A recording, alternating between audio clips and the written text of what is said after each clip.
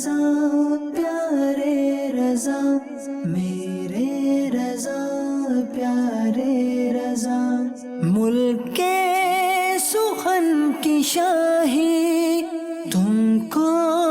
رضا مسلم،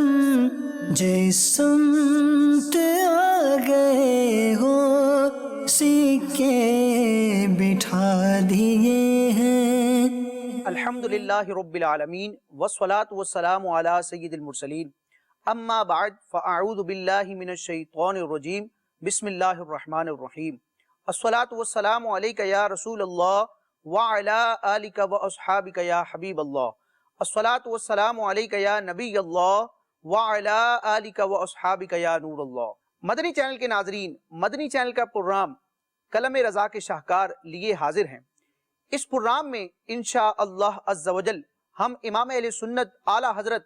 مولانا شاہ امام احمد رضا خان علیہ رحمت الرحمن کے علمی کارناموں، آپ کی تصنیفات، آپ کے اشعار اور آپ نے جو رسائل تحریر فرمائے، جن جن موضوعات پر آپ نے قلم اٹھایا، ان کا مختصر بیان سنیں گے۔ ہم نے ویسے تو سنا ہے کہ امام اہل سنت نے کئی علوم پر کام کیا ہے، لیکن ان کی تفصیل بعض اوقات معلوم نہیں ہوتی۔ انشاءاللہ عز و جل اہل علم کے ساتھ ساتھ عوام کو بھی اس بات سے آگاہی ملے گی کہ اعلیٰ حضرت امام اہل سنت نے مختصر سے وقت میں کتنا تحقیقی کام کیا ہے، کہ 100 سال کا عرصہ گزرنے کے باوجود آج تک اعلیٰ حضرت امام اہل سنت کے رسائل، آپ کی تحقیقات، آپ کے مقالہ جات اور آپ کے فتاوی پر تحقیق کی جا رہی ہے۔ بالخصوص امام اہل سنت اعلیٰ حضرت کے تحقیقات کا جو مجموعہ ہے، جو فقہ حنفی کا انسائکلوپیڈیا ہے، فتاوی رضویہ شریف، اس میں موجود جو فتاوی ہیں اور جو رسائل ہیں، انشاءاللہ عز و جل ان رسائل کا مختصر تعارف ہم سنیں گے، اور ساتھ ہی امام اہل سنت اعلیٰ حضرت کے جو ہدایت بخشش کے اشعار ہیں، جو مختلف زبانوں میں ہیں، عربی کے اشعار بھی ہیں، فارسی کے اشعار بھی ہیں، اسی طرح اردو کے اشعار ہیں۔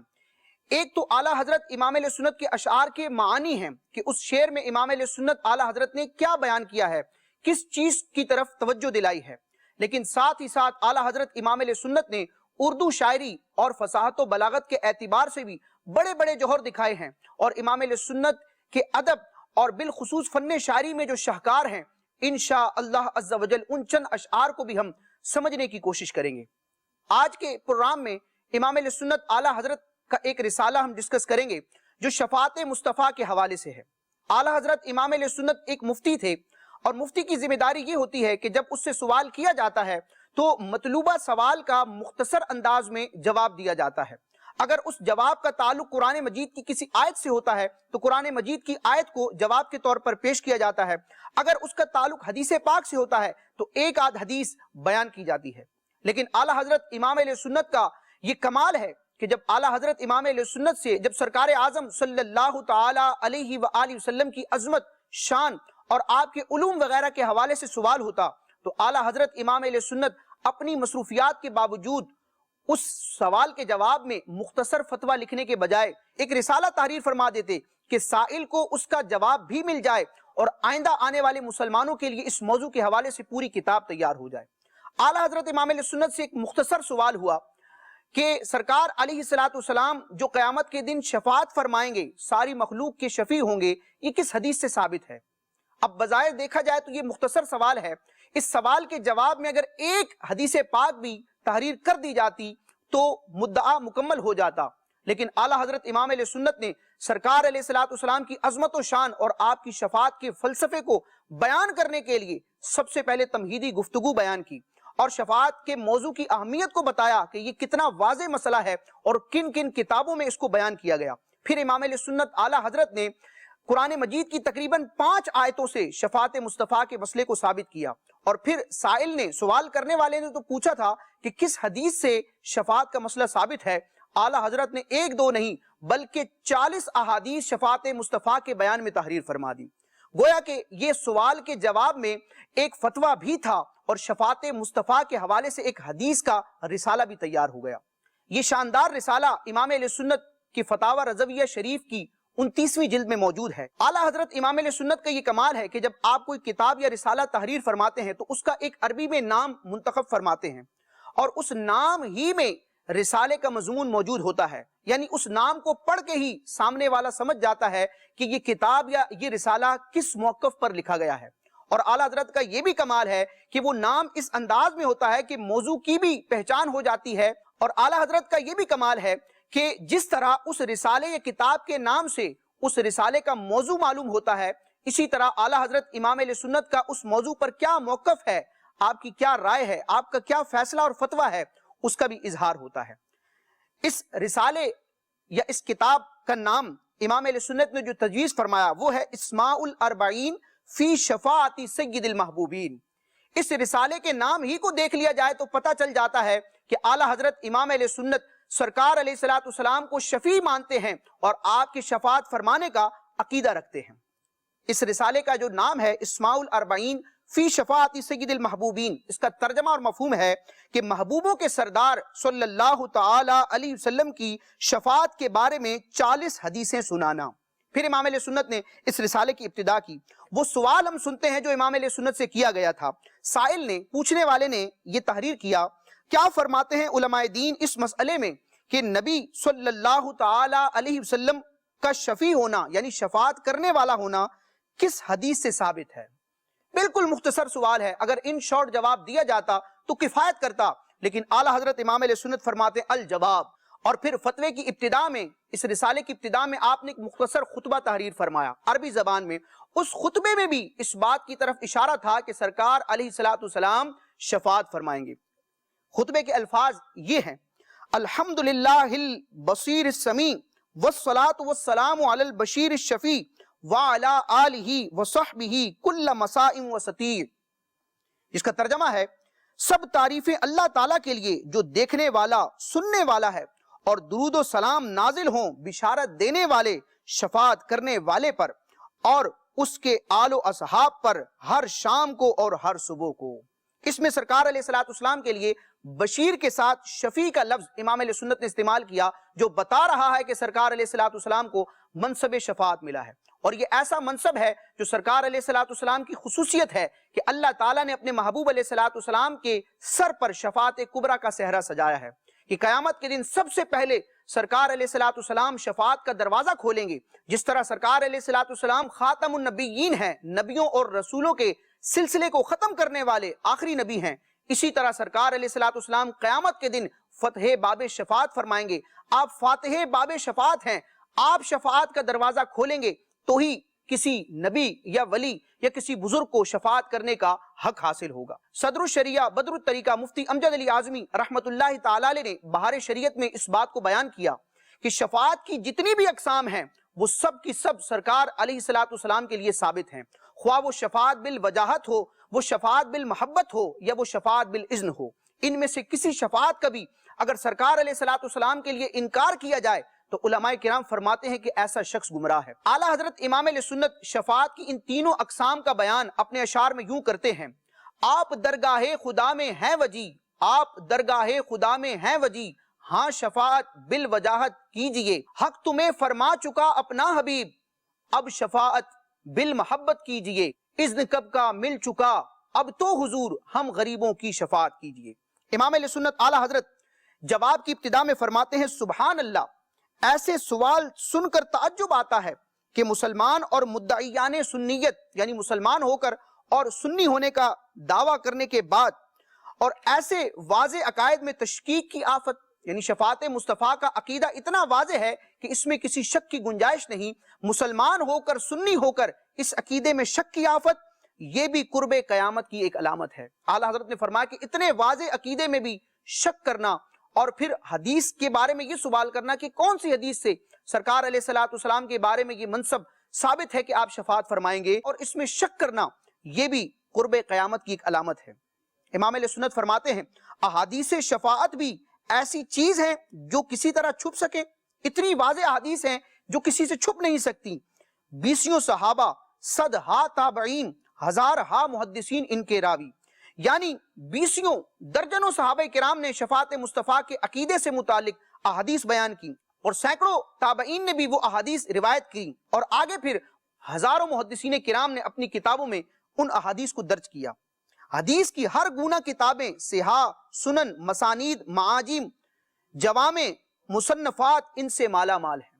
یعنی حدیث کی جو بھی کتاب لی جائے، خواہ وہ صحیح ہو، جامع ہو، مسند ہو، یا حدیث کی مختلف جو قسم کی کتابیں ہوتی ہیں، تقریباً تمام کتابوں ہی میں شفاعت مصطفیٰ سے متعلق احادیث کا بیان ہوتا ہے. اعلیٰ حضرت فرماتے ہیں فقیر غفر اللہ تعالی لہ نے رسالہ سمع و طاعہ لأحادیث الشفاعہ میں بہت کثرت سے ان احادیث کی جمع و تلخیص کی ہے. یعنی اعلیٰ حضرت نے اس حوالے سے ایک پورا رسالہ بھی تحریر فرمایا ہے جس میں شفاعت سے متعلق احادیث کا بیان ہے، سمع و طاعہ لأحادیث الشفاعہ. پھر امام اہل سنت فرماتے ہیں کہ مختصر انداز میں اب میں 40 احادیث بیان کرتا ہوں. 40 احادیث کو بیان کرنے سے پہلے اعلیٰ حضرت نے قرآن مجید کی تقریباً 5 آیات بما تفسیر تحریر فرمائی جس میں شفاعت مصطفیٰ کا بیان ہے. ایک آیت مبارکہ یہ تحریر فرمائی کہ رب تبارک و تعالیٰ نے اپنے محبوب سے فرمایا عسیٰ ان یبعثک ربک مقاما محمودا، قریب ہے کہ تیرا رب تجھے مقام محمود میں بھیجے. یہ مقام محمود کیا ہے؟ اعلیٰ حضرت امام علیہ سنت نے اس آیت کی تفسیر میں ایک حدیث پاک روایت کی کہ سرکار علیہ السلام سے پوچھا گیا کہ مقام محمود سے کیا مراد ہے، یہ مقام محمود کیا چیز ہے؟ تو سرکار اعظم شفیع اعظم صلی اللہ تعالی علیہ وسلم نے ارشاد فرمایا ہوا الشفاعہ، مقام محمود سے مراد مقام شفاعت ہے. اسی طرح ایک اور آیت اعلیٰ حضرت امام علیہ سنت نے تحریر فرمائی کہ رب تبارک و تعالیٰ نے اپنے محبوب سے فرمایا وَلَسَوْفَ يُعْطِيكَ رَبُّكَ فَتَرْضَىٰ، اور قریب تر ہے کہ تجھے تیرا رب اتنا دے گا کہ تو راضی ہو جائے گا. جب یہ آیت مبارکہ نازل ہوئی تو سرکار علیہ السلام نے جو کلمات ارشاد فرمائے ان کو محدثین نے یوں جمع کیا. چنانچہ مولا علی رضی اللہ تعالیٰ عنہ سے روایت ہے کہ سرکار علیہ السلام نے اس آیت مبارکہ کے نازل ہونے کے بعد ارشاد فرمایا اذن لا ارضا وواحد من امتی فی النار، یعنی جب اللہ تعالیٰ مجھ سے راضی کر دینے کا وعدہ فرماتا ہے کہ میں اپنے محبوب کو راضی کروں گا تو میں راضی نہ ہوں گا اگر میرا ایک امتی بھی دوزخ میں رہ گیا. پھر امام علیہ سنت نے چند اور آیات مبارکہ تحریر فرمانے کے بعد احادیث شفاعت کو ذکر کیا، اور احادیث شفاعت کو ذکر کرنے سے پہلے آپ نے شفاعت کی اہمیت پر کلام کیا اور بڑے پیارے انداز میں قیامت کا نقشہ کھینچا کہ کیسا نفسا نفسی کا عالم ہوگا، کوئی کسی کا مددگار نہ ہوگا. وہاں سرکار علیہ السلام ساری مخلوق کی حاجت روائی فرمائیں گے. دنیا میں اگر شیطان یہ وسوسہ دلاتا ہے کہ سرکار علیہ السلام معاذ اللہ مدد نہیں کر سکتے، اپنے امتی کی خبر نہیں لے سکتے، تو قیامت کے دن سب پر کھل جائے گا کہ ہر ایک کا مددگار رب تبارک و تعالیٰ کے فضل سے یہ سرکار علیہ السلام ہے. سرکار علیہ السلام کو اللہ تعالیٰ نے وہ مقام عطا کیا ہے کہ دنیا میں بھی مومنین پر فضل و کرم فرماتے ہیں، اپنے امتیوں کی مدد فرماتے ہیں، اور قیامت کے دن بھی مدد فرمائیں گے. اعلیٰ حضرت نے فرمایا آج لے ان کی پناہ، آج مدد مانگ ان سے، پھر نہ مانیں گے قیامت میں اگر مان گیا. اعلیٰ حضرت امام علیہ سنت مجدد اعظم مولانا شاہ امام احمد رضا خان علیہ رحمت الرحمن نے اپنے اس رسالے میں ان احادیث شفاعت کو بیان کرنے سے پہلے قیامت کا نقشہ قائم فرمایا، ایک تصور قائم فرمایا کہ قیامت کے دن کیسا نفسا نفسی کا عالم ہوگا، کوئی کسی کے کام نہ آئے گا. بڑے پیارے انداز میں کئی احادیث کا خلاصہ امام علیہ سنت نے ایک پیراگراف میں، ایک اقتباس میں تحریر فرمایا ہے. چنانچہ اعلیٰ حضرت امام علیہ سنت قیامت کا نقشہ کھینچتے ہوئے اور سرکار اعظم صلی اللہ تعالی علیہ وسلم کی شفاعت کبریٰ کا منظر بیان کرتے ہوئے فرماتے ہیں شفاعت کبریٰ کی حدیثیں جن میں صاف سری ارشاد ہوا، واضح طور پر بیان ہوا کہ عرصات حشر میں، یعنی حشر کے میدان میں وہ طویل دن ہوگا کہ کاٹے نہ کٹے، اور سروں پر آفتاب یعنی سورج اور دوزخ نزدیک. اس دن سورج میں 10 برس کامل کی گرمی جمع کریں گے، یعنی 10 سال کی جتنی گرمی ہوتی ہے اس قیامت کے ایک دن میں سورج میں جمع کر دی جائے گی، اور سروں سے کچھ ہی فاصلے پر لا رکھیں گے. پیاس کی وہ شدت کہ خدا نہ دکھائے، گرمی وہ قیامت کہ اللہ بچائے. بانسوں پسینہ زمین میں جذب ہو کر اوپر چڑھے گا، یہاں تک کہ گلے سے بھی اونچا ہوگا. جہاز چھوڑے جائیں تو بہنے لگیں، اتنا پسینہ ہوگا کہ اگر اس میں کشتیاں چھوڑ دی جائیں، جہاز چھوڑ دیے جائیں تو وہ رواں ہو جائیں. لوگ اس میں غوطے کھائیں گے، گھبرا گھبرا کر دل حلق تک آ جائیں گے. لوگ ان عظیم آفتوں میں جان سے تنگ آ کر شفیع یعنی سفارش کرنے والے کی تلاش میں جا بجا پھریں گے. آدم و نوح و خلیل و کلیم و مسیح علیہ الصلوۃ والتسلیم کے پاس حاضر ہو کر جواب صاف سنیں گے. یعنی بڑے بڑے انبیاء کرام کے پاس بھی جائیں گے، وہ بھی فرمائیں گے اذهبوا الی غیری نفسی نفسی، آج ہمیں اپنی پڑی ہے، آج ہم اس منصب کے لیے نہیں بلکہ تم ہمارے علاوہ کسی اور کے پاس جاؤ۔ سب انبیاء فرمائیں گے ہمارا یہ مرتبہ نہیں، ہم اس لائق نہیں، ہم سے یہ کام نہ نکلے گا، نفسی نفسی، تم اور کسی کے پاس جاؤ۔ یہاں تک کہ سب کے بعد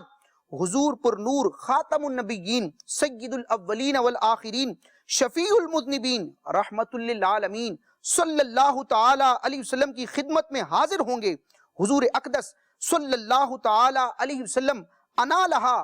لہا فرمائیں گے، یعنی میں ہوں شفاعت کے لیے، میں ہوں شفاعت کے لیے۔ امام اہل سنت نے اپنے شعر میں بھی اس بات کا نقشہ کھینچا ہے کہ خلیل و نجی مسیح و صفی سبھی سے کہیں بھی بنی یہ بے خبری کہ خلق پھری کہاں سے کہاں تمہارے لیے۔ انبیاء کرام کے پاس مخلوق جائے گی، آدم علیہ السلام کے پاس جائیں گے، وہ حضرت نوح علیہ السلام کے پاس بھیجیں گے، نوح علیہ السلام حضرت ابراہیم علیہ السلام کی طرف لوگوں کو روانہ کریں گے، حضرت ابراہیم علیہ السلام موسیٰ علیہ السلام کے پاس بھیجیں گے، حضرت موسیٰ علیہ السلام عیسیٰ علیہ السلام کے پاس بھیجیں گے، اور بالآخر سرکار علیہ السلام کی بارگاہ میں ساری مخلوق حاضر ہوگی۔ امام اہل سنت فرماتے ہیں پھر اپنے رب کریم جل جلالہ کی بارگاہ میں حاضر ہو کر سجدہ کریں گے۔ سرکار علیہ السلام شفاعت کا دروازہ کھلوانے کے لیے رب کی بارگاہ میں سجدہ کریں گے۔ اب اس سجدے کے بعد ہوگا کیا؟ ان کا رب تبارک و تعالی ارشاد فرمائے گا یا محمد ارفع راسک وقل تسمع وسل تعطى واشفع تشفع، اے محمد اپنا سر اٹھاؤ اور عرض کرو تمہاری بات سنی جائے گی، اور مانگو کہ تمہیں عطا ہوگا، اور شفاعت کرو کہ تمہاری شفاعت قبول کی جائے گی۔ اعلیٰ حضرت فرماتے ہیں یہی مقام محمود ہوگا جہاں تمام اولین و آخرین میں حضور کی تعریف و حمد و ثنا کا غل پڑ جائے گا، شور پڑ جائے گا۔ پچھلی امتیں بھی سرکار علیہ السلام کی مدح سرائی کریں گی، اور موافق و مخالف یعنی اپنے اور پرائے سب پر کھل جائے گا کہ سرکار علیہ السلام کی کیسی عظمت و شان ہے۔ بارگاہ الہی میں جو وجاہت ہمارے آقا کی ہے کسی کی نہیں، اور مالک عظیم جل جلالہ کے یہاں جو عظمت ہمارے مولا یعنی ہمارے آقا علیہ السلام کے لیے ہے کسی کے لیے نہیں۔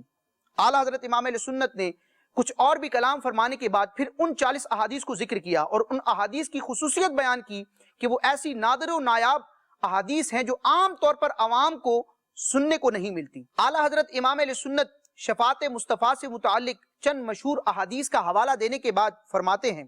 میں ان مشہور حدیثوں کے سوا ایک 40 یعنی 40 حدیثیں اور لکھتا ہوں جو گوشے عوام تک کم پہنچی ہوں، ایسی 40 حدیثیں جو عام طور پر لوگوں کو سننے کو نہیں ملتی۔ وہ احادیث کیسی ہیں؟ وہ ایسی ہیں کہ جن سے مسلمانوں کا ایمان ترقی پائے، منکر کا دل یعنی شفاعت مصطفیٰ کا انکار کرنے والے کا دل آتش غیظ میں جل جائے، غصے میں جل جائے۔ پھر امام اہل سنت نے ان 40 احادیث کو ذکر کیا۔ اب ان 40 احادیث میں سے چند احادیث کو ہم سنتے ہیں، اور ہر حدیث کے تحت امام اہل سنت کے شفاعت سے متعلق اشعار بھی سنتے ہیں۔ جس طرح اعلیٰ حضرت امام اہل سنت نے شفاعت مصطفیٰ پر احادیث جمع فرمائیں، جا بجا کلام فرمایا، اسی طرح ہدایت بخشش میں درجنوں مقامات پر اعلیٰ حضرت امام اہل سنت نے سرکار علیہ السلام کی شفاعت سے متعلق بڑے پیارے پیارے شعر تحریر فرمائے ہیں۔ تو اس رسالے سے ایک حدیث اور ہدایت بخشش سے ایک شعر کا حسین امتزاج ہم سنتے ہیں۔ چنانچہ سرکار علیہ السلام کا ایک فرمان اعلیٰ حضرت اس رسالے میں تحریر فرماتے ہیں کہ حضور شفیع المذنبین صلی اللہ تعالی علیہ وسلم فرماتے ہیں شفاعتی للہالکین من امتی، میری شفاعت میرے ان امتیوں کے لیے ہے جنہیں گناہوں نے ہلاک کر ڈالا۔ پیش حق مجدہ شفاعت کا سناتے جائیں گے، پیش حق مجدہ شفاعت کا سناتے جائیں گے، آپ روتے جائیں گے ہم کو ہنساتے جائیں گے۔ ایک اور حدیث پاک اعلیٰ حضرت نقل فرماتے ہیں کہ حضور شفیع المذنبین صلی اللہ تعالی علیہ وسلم فرماتے ہیں شفاعتی یوم القیامتی لأہل الکبائر من امتی، میری شفاعت میری امت میں ان کے لیے ہے جو کبیرہ گناہ والے ہیں۔ وسعتیں دی ہیں خدا نے دامن محبوب کو، وسعتیں دی ہیں خدا نے دامن محبوب کو، جرم کھلتے جائیں گے اور وہ چھپاتے جائیں گے۔ ایک اور حدیث پاک سرکار علیہ السلام ارشاد فرماتے ہیں شفاعتی لأہل الذنوب من امتی او کما قال، میری شفاعت میرے گناہگار امتیوں کے لیے ہے۔ گناہگاروں کو ہاتف سے نوید خوش معالی ہے، گناہگاروں کو ہاتف سے نوید خوش معالی ہے، مبارک ہو شفاعت کے لیے احمد سوالی ہے۔ ایک اور حدیث پاک اعلیٰ حضرت روایت کرتے ہیں کہ حضور شفیع المذنبین صلی اللہ تعالی علیہ وسلم نے ارشاد فرمایا، روئے زمین پر جتنے پیڑ یعنی درخت، پتھر، ڈھیلے ہیں، میں قیامت میں ان سب سے زیادہ آدمیوں کی شفاعت فرماؤں گا۔ یعنی زمین پر جتنے بھی پتھر ہیں، جتنے بھی درخت ہیں اور جتنے بھی ڈھیلے ہیں، ان کی تعداد سے زیادہ لوگوں کی شفاعت قیامت کے دن سرکار علیہ السلام فرمائیں گے۔ مجدباد اے آسیوں، شاف شہ ابرار ہے، تہنیت اے مجرموں، ذات خدا غفار ہے۔ ایک اور حدیث پاک سرکار علیہ السلام ارشاد فرماتے ہیں، میری شفاعت ہر کلمہ گو کے لیے ہے، ہر مسلمان کے لیے ہے جو سچے دل سے کلمہ پڑھے کہ زبان کی تصدیق دل کرتا ہو۔ شفاعت کرے حشر میں جو رضا کی، شفاعت کرے حشر میں جو رضا کی، سوا تیرے کس کو یہ قدرت ملی ہے۔ مسلم شریف کی ایک روایت امام اہل سنت نقل کرتے ہیں، جس کو حضرت سیدنا ابی بن کعب رضی اللہ تعالیٰ عنہ نے روایت کیا کہ سرکار علیہ السلام ارشاد فرماتے ہیں، اللہ تعالیٰ نے مجھے 3 سوال عطا فرمائے، یعنی 3 سوال دیے کہ سوال کیے جائیں، رب تبارک و تعالیٰ ان کو قبول فرمائے۔ سرکار فرماتے ہیں، میں نے 2 بار تو دنیا میں عرض کر لی، اللہم اغفر لی امتی، اللہم اغفر لی امتی، یا اللہ میری امت کی مغفرت فرما، الہی میری امت کی مغفرت فرما۔ 3 سوال تھے، 2 سوال دنیا میں کیے امت کے لیے، اور ارشاد فرمایا وَأَخَّرْتُ الثَّالِثَةَ لِيَوْمٍ يَرْغَبُ إِلَيَّ فِيهِ الْخَلْقُ حَتَّى إِبْرَاہیم، اور تیسری عرض، تیسرے سوال کو اس دن کے لیے اٹھا رکھا، یعنی اس دن کے لیے مؤخر کر دیا جس میں مخلوق الہی میری طرف نیاز مند ہوگی، یہاں تک کہ حضرت ابراہیم خلیل اللہ علیہ السلام، یعنی تیسری دعا قیامت کے لیے رکھ دی ہے کہ جب ساری مخلوق حتیٰ کہ ابراہیم علیہ السلام جو ساری مخلوق میں سرکار اعظم صلی اللہ تعالی علیہ وسلم کے بعد سب سے افضل و اعلیٰ ہیں، وہ بھی سرکار علیہ السلام کے حاجت مند، نیاز مند ہوں گے، اس دن میں اپنی امت کے لیے وہ سوال کروں گا۔ اعلیٰ حضرت اسی حدیث پاک کا گویا کہ ترجمہ اور خلاصہ کرتے ہوئے اپنے شعر میں فرماتے ہیں، وہ جہنم میں گیا جو ان سے مستغنی ہوا، وہ جہنم میں گیا جو ان سے مستغنی ہوا، ہے خلیل اللہ کو حاجت رسول اللہ کی۔ اور آخری حدیث جس کو تقریباً 14 صحابہ کرام نے روایت کیا، اور اعلیٰ حضرت امام علیہ سنت نے ارشاد فرمایا، اس رسالے میں تحریر فرمایا کہ یہ حدیث متواتر ہے، متواتر طریقوں سے پہنچی ہے اور بڑا شاندار فرمان ہے۔ سرکار علیہ السلام شفیع المذنبین صلی اللہ تعالی علیہ وسلم فرماتے ہیں، شفاعتی یوم القیامت حق فمن لم یؤمن بها لم یکن من اہلها، او کما قال، میری شفاعت روز قیامت حق ہے، جو اس پر ایمان نہ لائے گا، جو شفاعت کا عقیدہ نہ اپنائے گا، اس کے قابل نہ ہوگا، یعنی اسے شفاعت نہ پہنچے گی۔ جس کے ماتھے شفاعت کا صحرا رہا، اس جبین سعادت پہ لاکھوں سلام۔ اعلیٰ حضرت اس حدیث پاک کے تحت فرماتے ہیں، منکر مسکین،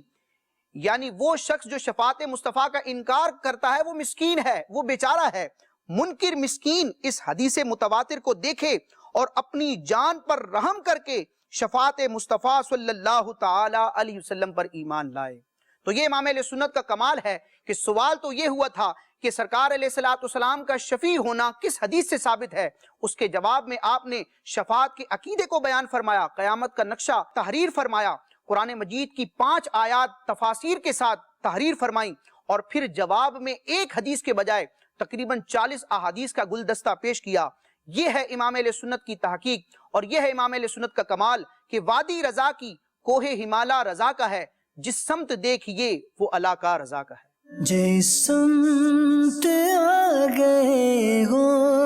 سکے بٹھا دیے ہیں۔ اعلیٰ حضرت امام علیہ سنت کا نعتیہ دیوان ہدایت بخشش، جس میں سرکار علیہ السلام کی ثناخوانی کی گئی،